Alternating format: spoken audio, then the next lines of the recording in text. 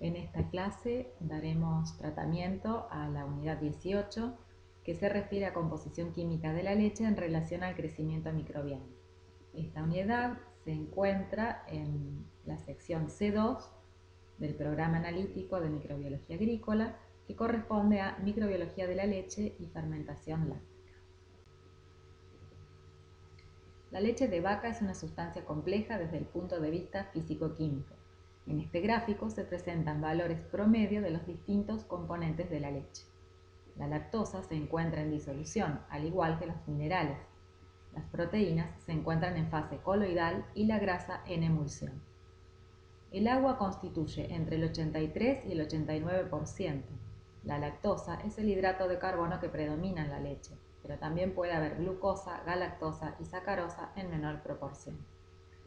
La lactosa tiene la propiedad de ser fermentada por algunos de los microorganismos presentes en la leche y bajo la acción de sus enzimas sufre las fermentaciones láctica, propiónica, alcohólica y butírica, originándose respectivamente ácido láctico, propiónico, etc. Estos productos de la fermentación influyen en las características organolépticas de la leche y sus subproductos. La proteína comprende distintas fracciones: la caseína, que es la proteína más abundante en la leche, y las proteínas del suero, como las globulinas y lactoalbúminas. Las proteínas se encuentran en dos fases diferentes: una fase micelar, inestable, formada por partículas sólidas en suspensión, que son las micelas de caseína, y una fase soluble, estable, constituida por diversos polímeros proteicos hidrófilos, que corresponden a las proteínas solubles o proteínas del suero. Las micelas de caseína son complejos orgánicos formados por proteínas desnaturalizadas. Dentro de estas podemos distinguir caseínas tipo alfa, beta, gamma, etc. Todas de diferentes tamaños, con carga eléctrica negativa debido a la mayor presencia de aminoácidos ácidos y grupos hidrófilos. Esto determina que se repelan entre sí. Las caseínas representan el 80% del nitrógeno total. La materia grasa de la leche se encuentra en forma de glóbulos grasos, constituidos por pequeñas gotas de grasa, principalmente triglicéridos de bajo punto de fusión, que son líquidos a temperatura ambiente y rodeados por una membrana lipoproteica cargada negativamente. Esto estabiliza la emulsión al impedir que los glóbulos grasos se agrupen y protege a sus constituyentes de las enzimas lipolíticas y de oxidaciones. Como vemos, por la composición de la leche, es que resulta un medio de cultivo ideal para los microorganismos, y esto se aprovecha para transformar la leche en sus distintos derivados, como el queso, yogur, etc., propiciando la actividad microbiana específica según el caso o el objetivo que se persigue. Pero ahora veamos qué microorganismos. En las siguientes dos diapositivas veremos los principales grupos de microorganismos presentes en la leche, agrupados por familia, género y especie. Como veremos, algunos de ellos son beneficiosos y otros son patógenos. Entre los microorganismos beneficiosos para la leche tenemos las bacterias pertenecientes al género Lactobacillus y Streptococcus como las más numerosas. Dentro de las bacterias del género Lactobacillus delbrueckii, por ejemplo, participa en la producción del yogur junto a Streptococcus thermophilus, subespecies salivarios.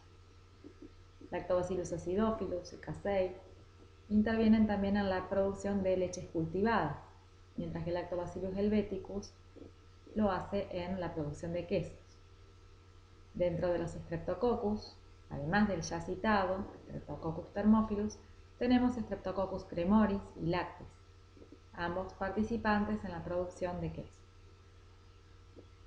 Dentro del género Leuconostoc podemos distinguir dos especies que contribuyen a dar aroma a ciertos subproductos lácteos, como por ejemplo la manteca.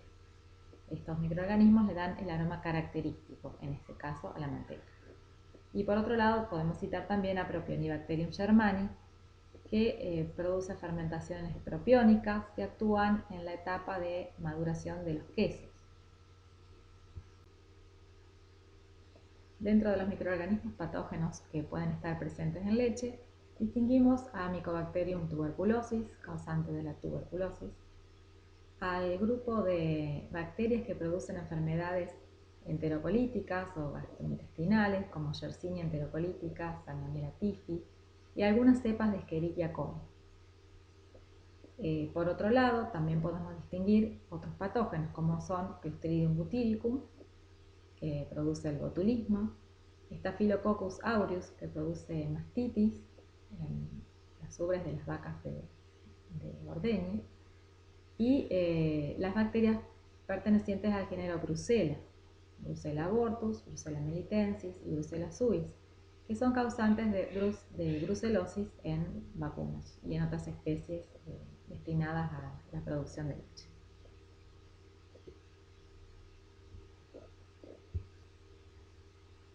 Algunos de estos patógenos son más importantes que otros porque la gravedad de las enfermedades que causan es mucho mayor.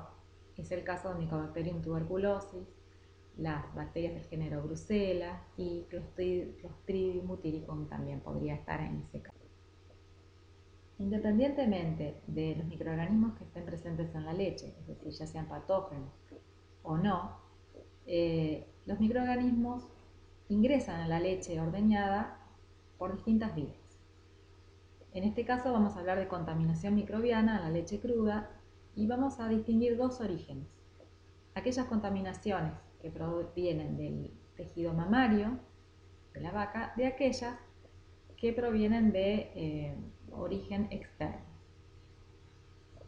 En el caso de la contaminación de origen mamario, a su vez podemos distinguir aquellas que son endógenas de aquellas que vienen del pezón.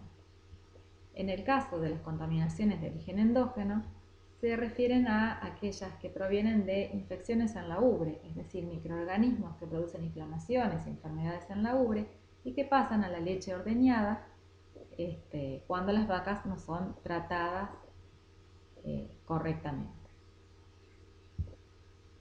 Por otro lado, dentro de las contaminaciones de origen mamario también tenemos las que provienen del pezón, ya sea por proliferación microbiana que existe de por sí en el pezón, por estar expuesto al ambiente, y por otro de los orígenes también puede ser por una limpieza deficiente de los pezones, teniendo en cuenta que deben limpiarse antes de ordeñar la vaca y deben también sellarse luego de que termine el ordeño, y eso muchas veces no se realiza de una manera correcta.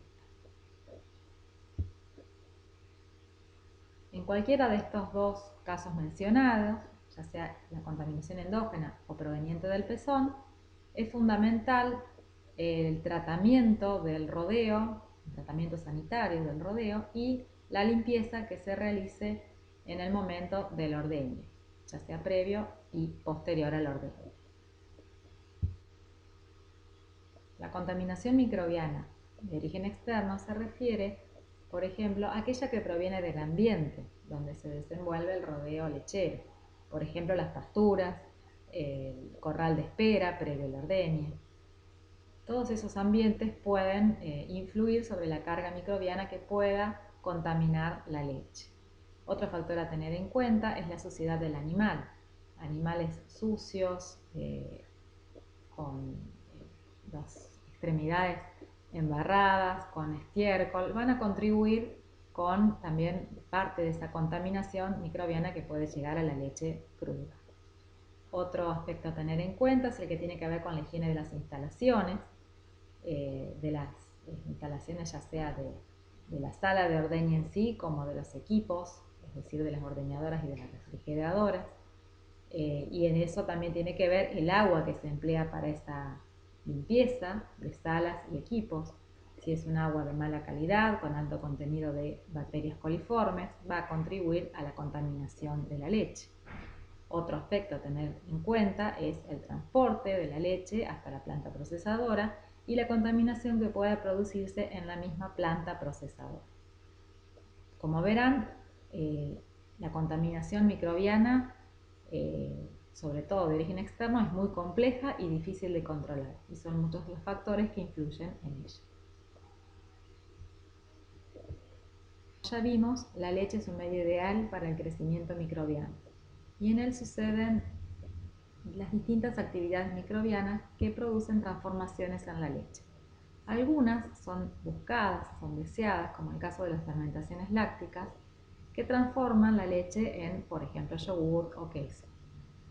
Y en otros casos, la actividad microbiana produce efectos indeseables en la leche. Por ejemplo, una excesiva acidificación, producto de un alto número de microorganismos, fermentaciones indeseables como la butírica, que produce un mal sabor y un mal olor, o también fermentaciones alcohólicas que desmerecen la calidad de los productos lácteos. También tenemos los que tienen que ver con las lipólisis, que originan rancidez, por ejemplo en la manteca, o aquellas que tienen que ver con la proteólisis indeseada, es decir, la proteólisis que se da cuando se da una coagulación sin acidificación, ¿sí? Que produce efectos indeseables, gustos o sabores indeseables, por ejemplo en quesos.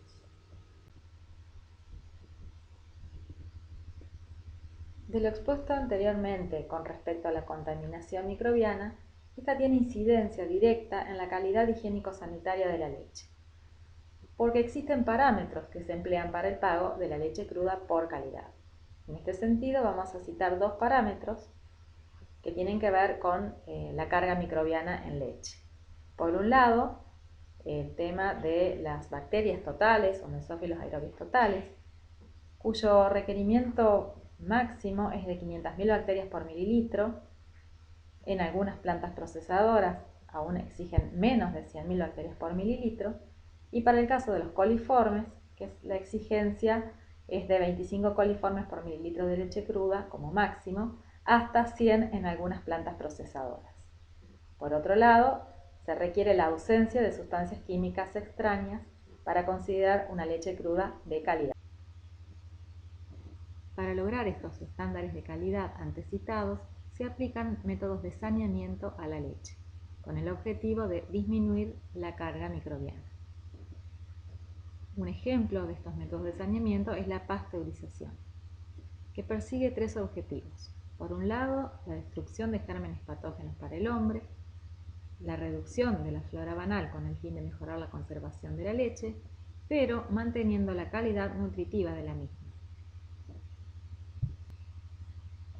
La pasteurización tiene como fundamento combinar temperaturas y tiempo con el fin de lograr los objetivos citados anteriormente. En este sentido tenemos o podemos distinguir dos tipos de pasteurización. Una pasteurización baja que combina 62 grados durante 30 minutos, a los cuales está expuesta la leche a pasteurizar, y la pasteurización alta, en la cual se emplean temperaturas mayores, del orden de los 72 grados, durante 15 segundos. Actualmente la pasteurización baja ha quedado en desuso y se utiliza la combinación de tiempo y temperatura establecida para la pasteurización alta.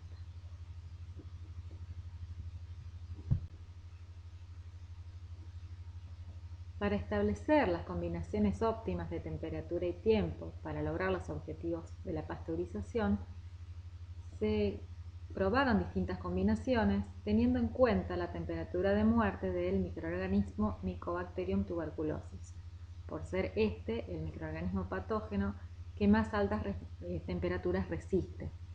Entonces, la línea de pasteurización se tenía que ubicar por encima de la línea de muerte de este microorganismo, es decir, cada línea de esta curva está dada por la combinación, distintas combinaciones, mejor dicho, de temperaturas y tiempo. Obviamente que no se podía pasar de cierta combinación de temperatura-tiempo que desnaturalizara las proteínas o alterara la calidad de la leche. Entonces, como se observa en esta figura, la línea de pasteurización está entre la línea de muerte de Mycobacterium tuberculosis y la línea de crema.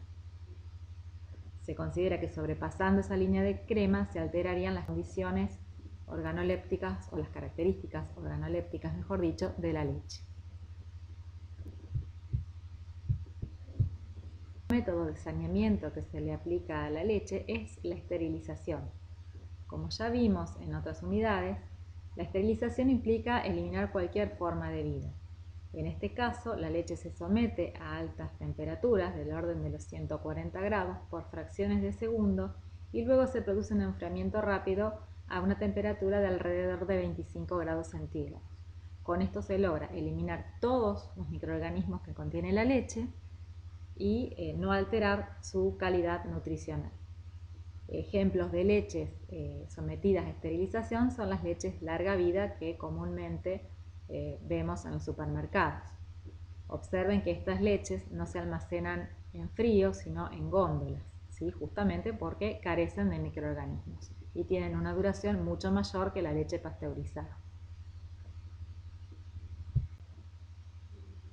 Con esto damos por finalizado el tema y recuerden que pueden profundizar algunos conceptos como los de la calidad higiénico-sanitaria de la leche y los métodos de saneamiento como pasteurización y esterilización en la guía de trabajos prácticos correspondientes al trabajo práctico número 7.